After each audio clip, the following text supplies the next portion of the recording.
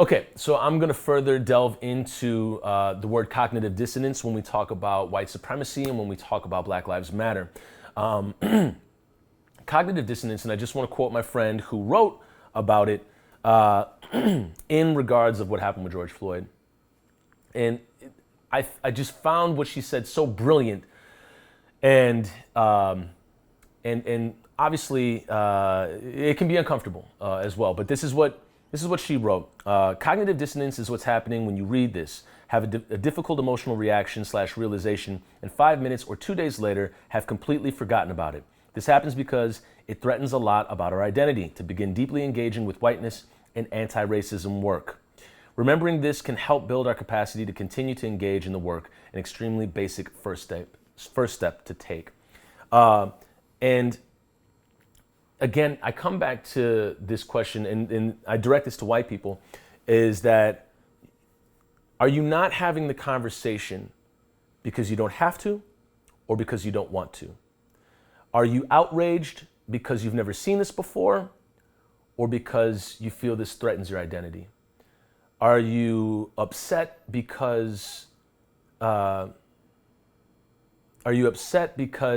this, because violence can be upsetting, or because it has something linked to your identity? Or do you just disconnect whiteness from all of it? Again, I come back to the idea of the elimination of black bodies being intimately in relationship with white supremacy. And so this thing of cognitive dissonance is that, and I've seen it happen a lot when doing anti-racism workshops across the country. The second that you bring up white supremacy, I can see in rooms of 400, 500, 600 people, just the discomfort right away. The immediate discomfort. Oh God, we're talking about this. Why? And with white bodies, to be specific. And it without a beat, it always happens. And I propose this to white people in that, is there, what is happening when somebody delivers the conversation to you? And how does it make you feel? And why does it make you feel that way? And I think these are great questions to start with, because the feeling may be resistant right off the bat. And the resistance is there for a reason. It's definitely there for a reason. And I think it's super important to figure out, okay, why am I resisting this right away, right off the bat? Do I feel responsible? Do I feel threatened? Do I feel somebody's blaming me for slavery? What really is happening inside of you when somebody delivers a conversation about race to you? And do you have to think about being white all the time? Probably not. With being a person of color, like as I said in the past video, the conversation isn't in a vacuum to me. It's not a seasonal thing. The conversation is my life. It can get brought to me at any time. It can be, on my mind at any time. I think it kind of goes back to that. I think it's Chris Rock or I think it was it was Dave Chappelle. He said, sometimes when I see cops, I think, oh my goodness, I think I stole this car that I'm driving right now. And it's this inherent double consciousness that's going on with African Americans all the time, according to W.B. Du Bois, that we perceive ourselves as Americans, and then we also have a tandem consciousness that says, but wait a second, we're Black Americans. And this happens all the time. And in speaking to cognitive dissonance, this isn't the murder of George Floyd isn't something I'm going to forget about 2 weeks from now, 2 months from now, because I could be George Floyd 2 days from now, 2 years from now. That could be me. And the idea that whenever a police officer is within shooting range of me, I'm in a life or death situation. As a white person, me speaking to you, do you feel the same way at all times? Obviously, I can't answer for you, but the idea is that when speaking to whiteness and white people doing anti-racism work, you're going to have to engage with your own identity, because the elimination of black bodies has begun with white supremacy. And when the two are linked, you have to vet the white identity and also your white identity and what's your stake in it. How do you feel about it? Where do you think that you could be more aware, conscious, or listen? And what does that mean to you? Really go into that, as opposed to, wow, that sucks that happened. well, it's 2 weeks from now. You know, what's on HBO? The disconnect can happen there easily at any point in time. Whereas, again, I say for myself, there's no disconnect. There's always, I'm living in the body of it.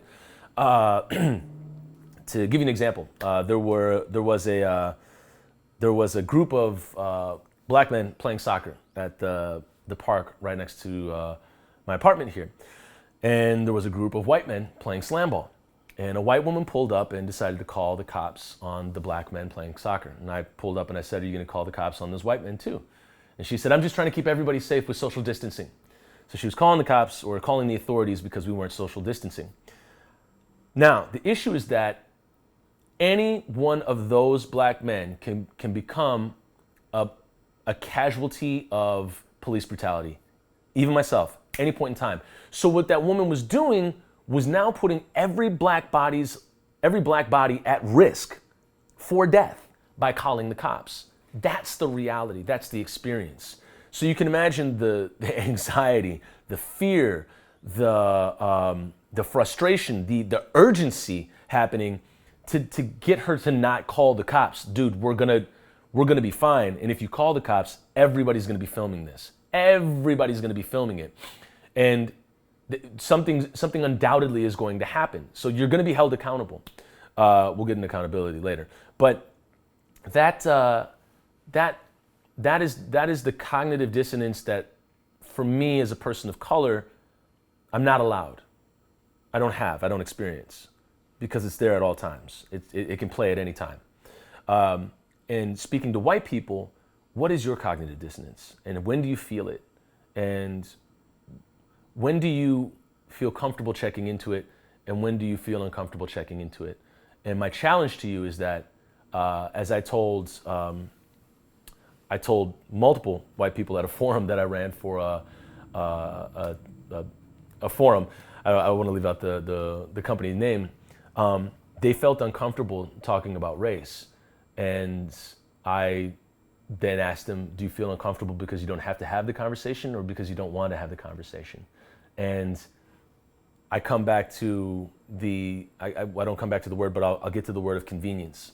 When is it convenient for white people to have the conversation about race? And when is it not convenient?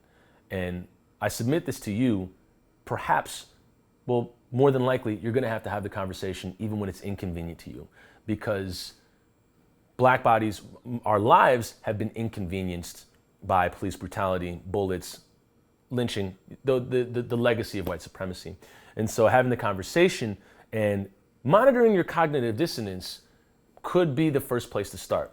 And I just wanted to quote my friend there, because I thought that was just such an amazing phrase, and I just went long-winded on the whole thing. But I'm curious to hear about you as a white person, your experience with cognitive dissonance.